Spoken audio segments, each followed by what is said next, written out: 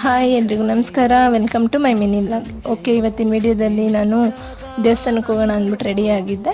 So ಅಮಾವಾಸ್ಯೆ ಅಂತ ಪೂಜೆ ಮುಗಿಸಿ ನಾನು ನಮ್ಮ ಮನೆಯವರು ಪಾಪು ದೇವಸ್ಥಾನಕ್ಕೆ ಹೊರಟ್ವಿ.